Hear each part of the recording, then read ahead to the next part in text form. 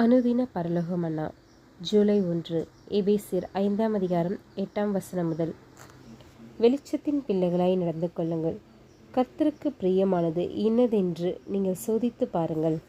இதன் விளக்கம்: சத்தியத்தின் மூலமாக தேவனுக்கு பரிசுத்தமுள்ளவர்களாக நாம் இருப்போமேயானால் நம் சுயசித்தத்திற்கு நாம் மரித்தவர்களாக இருந்து தேவ சித்தத்தை வார்த்தையிலும் செய்கையிலும் சிந்தனையிலும் முற்றிலுமாக நாம் அங்கீகரித்தவர்களுமாக ஜீவிப்போம்.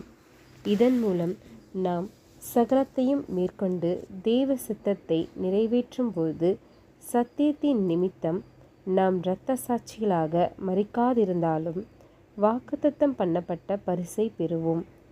நீங்கள் பரிசுத்தமுள்ளவர்களாக வேண்டும் என்பதே தேவனுடைய சித்தமாய் இருக்கிறது என்ற இந்த வார்த்தையை நாம் எல்லோரும் நினைவில் கொள்ள வேண்டும்.